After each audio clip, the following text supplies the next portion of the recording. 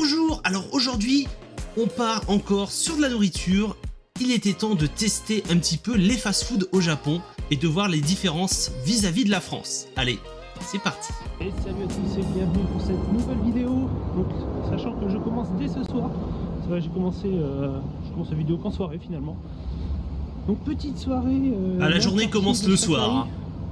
Donc on va trouver un petit endroit pour manger tranquille et puis on va un peu se promener, voir ce qu'on peut trouver de sympa. Voilà, sachant que bon, ce soir, je suis tout seul, hein, comme d'habitude ce soir. Donc on va essayer de se poser dans un petit coin assez tranquille et tout, donc ça peut être pas mal. Voilà. Ou encore, je ne sais pas. Vraiment que j'aille chez le coiffeur là. Mais je pense qu'on devrait trouver des petits endroits bien, je pense, pour se poser. Parce que là, c'est vrai que Sakae, c'est un quartier quand même assez animé. C'est assez vivant, donc je pense que il y a moyen de trouver un truc sympa. Et un peu de décoration, c'est assez illuminé, c'est sympa. On voit que c'est vivant quand même. On est sur un quartier quand même qui est assez vivant. Avec une petite de retour à Sakae. Non, c'est pas mal. Et là, l'objectif, ça va être de trouver à manger. Voilà, du coup, je me suis posé dans un Subway, carrément. J'ai voulu essayer voir s'il y avait des différences par rapport à la France. Et effectivement, il y a pas mal de différences. Au niveau du sandwich, déjà la viande, parce que moi j'ai l'habitude de prendre du poulet teriyaki. Et là, c'est carrément les gros morceaux de viande. Il faisait pour le poulet teriyaki, mais c'était pas la même chose. À quoi ressemble le sandwich? Alors là, ce qui a été assez bizarre, c'est que ils ont pas forcément fait chauffer le pain avec le fromage. Enfin, déjà, il n'y avait pas de fromage. Alors, déjà. Et la viande, en fait, ils ont fait chauffer la viande au micro-ondes. Enfin, c'était assez particulier. Et du coup, ils mettaient la viande chaude avec le bacon, la salade, tomate, oignon. Mais ouais, c'était spécial. C'était assez spécial. Si.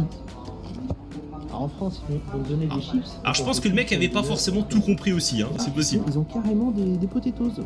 Ça par contre, Subway en France, faites des potatoes comme ça, c'est juste trop bon. C'est tellement mieux que vos chips dégueulasses. Franchement, faites ça. Non, en vrai, c'est des petites potatoes, ils te rajoutent t'as plusieurs possibilités de poudre d'épices, d'assaisonnement. Mélange ça, et là, tu vois, c'était un genre bacon fumé. Enfin, c'était super bon. Franchement, très très bon, carrément meilleur que les chips. Ils te servent des frites, alors tu peux choisir soit nature, soit assaisonné. Donc là, moi j'ai pris barbecue et ça sent super. Là, c'était barbecue là. Ouais. Même meilleur que les potatoes de McDo ou autre. Hein. Très très bon. Petite potatoes comme ça, assaisonné, barbecue avec un peu d'épices dessus, c'est franchement meilleur. Alors le Subway. C'est quand même différent. C'est quand même différent. En gros, c'était bon, mais c'était pas oufissime, clairement. C'est clair que pour le coup, le Subway en France est meilleur que le Subway au Japon. Voilà. Voilà, tout ne peut pas être meilleur au Japon, hein. Voilà. Mais c'est pas mal. Mais voilà, c'était bon quand même, hein. Mais je préfère en France. J'ai vu qu'il y avait également pas très loin KFC. Alors ce que je vais faire ce soir, du coup, on va essayer le KFC histoire de voir les différences également. Voilà, ce sera petite soirée comparative fast-food entre la France et le Japon. Voilà, du coup, en fait, je lui dis, bah attends, voilà, c'était un petit peu léger, je vais manger encore un autre truc. Et bah on va enchaîner sur un KFC. Il faut que je teste KFC parce que KFC au Japon, voilà, c'est le fast-food par excellence. C'est surtout aussi le repas traditionnel de Noël. Donc non, il fallait que je teste ça. On va directement aller au KFC, voir, on va commander un petit truc et puis voir, histoire de comparer les différences. Allez, on y va. Et il est pas mignon ce petit Père Noël, hein? On va essayer de goûter ça. Par contre, vous avez vu que les horaires d'ouverture, 10h, 21h. À 21h, les gars, c'est fini. Les restos, les fast-food, aussi bien McDo que tout ça, ça ferme ultra tôt. Là, c'est à 21h, vas-y, tu te casses, c'est fini. Ah, ils font des espèces de trucs... Et donc là, sur le côté, il y a une espèce de table, tout ça. De pain pané. Et ça, en fait, là, cette espèce de table avec les nappes là, vertes et rouges, en fait, ça, c'est pour réserver notre repas spécial Noël, le gros bucket, le gros menu spécial Noël. Noël. Et généralement, ce qui va se passer, c'est qu'au niveau du 24 décembre, en fait, tout le monde va aller bouffer au KFC. Et il va y avoir des files d'attente mais interminables, un truc de fou.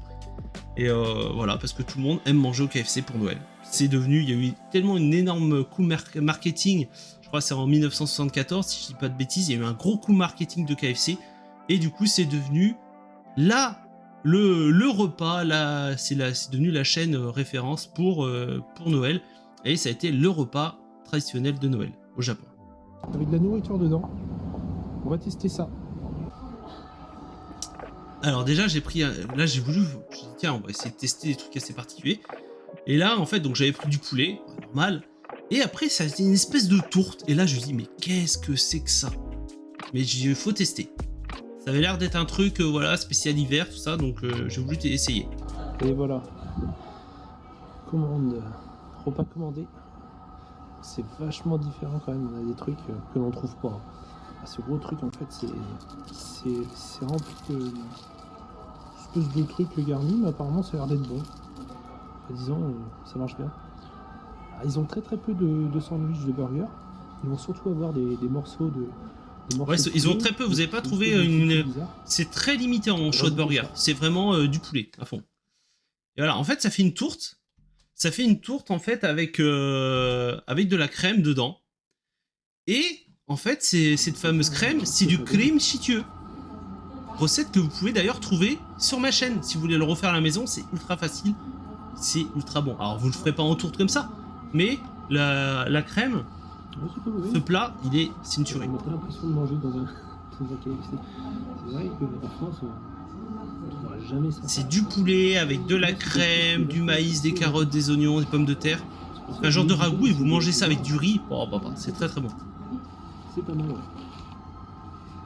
Pas les frites.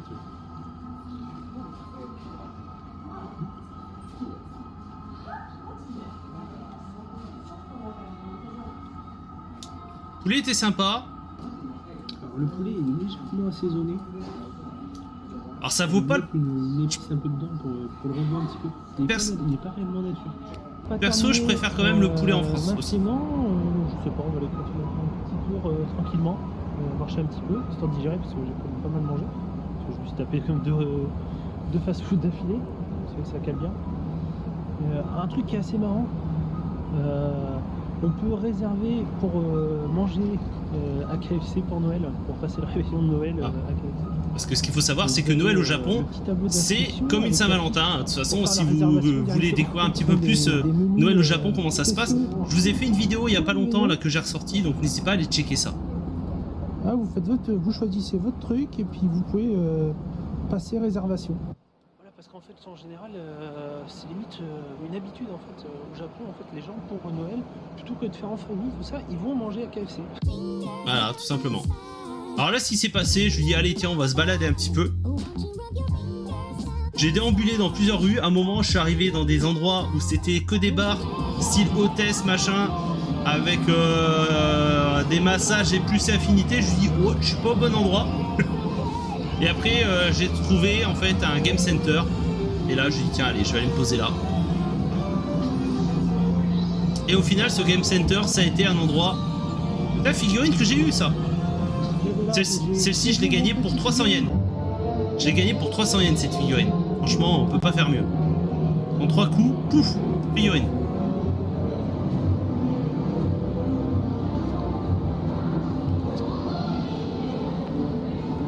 Celle-ci aussi, je l'ai gagnée. Elle est dans le décor. Elle est là-haut, là. Par là-haut, là. On la voit un petit peu, là, juste là. Elle est là. Juste le pousser. On va essayer. Finalement, j'ai réussi à l'avoir. Moi, j'ai passé 1200 yens. Voilà pour l'avoir. Mais c'est cool. 1200 yens, ça fait à peu près 10 euros. Ça va.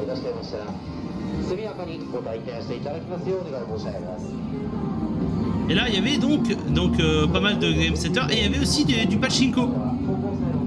Et je me dis, est-ce que je vais tenter le pachinko? Et en vrai, alors pachinko, j'ai pas voulu faire. C'est pachinko, c'est avec les billes et je comprenais rien. Je suis resté sur du classique et j'ai fait les slotto, les machines à sous.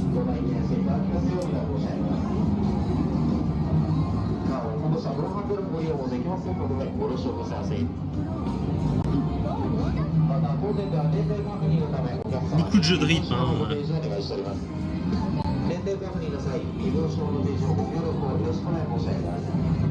Plein de jeux que tu connais pas, tu vois pas en France, hein, ça c'est clair. Là, j'ai regardé tout un moment, elle était déter. Il a passé toute la soirée à faire ça.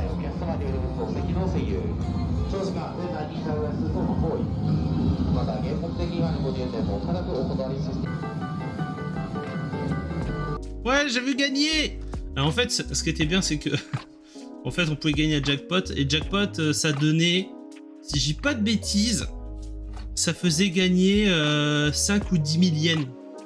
Voilà. Pas énorme, hein, mais voilà, c'était cool. Ça le fait. Et voilà, petite soirée qui se termine, du coup, finalement c'était pas mal, j'ai voulu tester. Ouais, il y avait pas mal de game center, de casino, de ça. Donc j'ai misé 2000 et puis au final je repars avec presque 10 000, donc c'est bien, j'ai gagné ma soirée. Et en fait, voilà, ce qui s'est passé, c'est que grâce à ça, donc pour une première fois dans un pachinko et slot, en fait, eh ben, non seulement j'ai gagné, mais en plus ça m'a remboursé toute ma soirée. C'est-à-dire ça m'a remboursé mes restos, ma sortie, tout. C'était parfait, c'était bien. Maintenant on va rentrer tranquillement, on va reprendre le métro tranquillement. Ouais, parce qu'en fait les pachinko et slot, ça ferme à 23h. Donc ça ferme quand même relativement tôt. Hein. De toute façon, tout ferme tôt au Japon. Aussi bien les restos que les bars, que tout. Enfin voilà. Après, il y a quelques trucs qui restent ouverts la nuit, mais même les boîtes de nuit, hein, les boîtes de nuit, à minuit, c'est fini. À minuit, la plupart des clubs, ils ferment à minuit, quoi. Donc on va aller se poser à la maison. En attendant, moi je vous souhaite une très bonne soirée. Je vous continuer à regarder les vidéos. C'est très bruyant les pachinko et slots. C'est très bruyant, ça fume beaucoup. Alors maintenant, je crois que maintenant c'est plus fumeur, mais c'est vrai qu'avant c'était vraiment galère. Mais c'est un endroit que j'ai passé quand même pas mal de soirées parce que voilà, j'aimais bien. Plutôt que de passer la soirée tout seul à la maison, et ben du coup je me faisais une petite soirée Game Center. C'était sympa aussi. Et voilà, du coup ce nouvel épisode touche à sa fin. J'espère qu'il vous aura plu. En tout cas, continuez à liker, partager et commenter les vidéos. Et puis bah surtout voilà, prenez du temps de les regarder. Regardez-les toutes, hein, si vous tombez sur cet épisode, bah, n'hésitez pas à aller revoir les premiers, vous verrez, c'est juste excellent. Et nous, eh ben, on se retrouve demain pour un nouvel épisode des Daily Vlogs au Japon. Allez, sur ce, prenez soin de vous, portez-vous bien, et à demain. Ciao.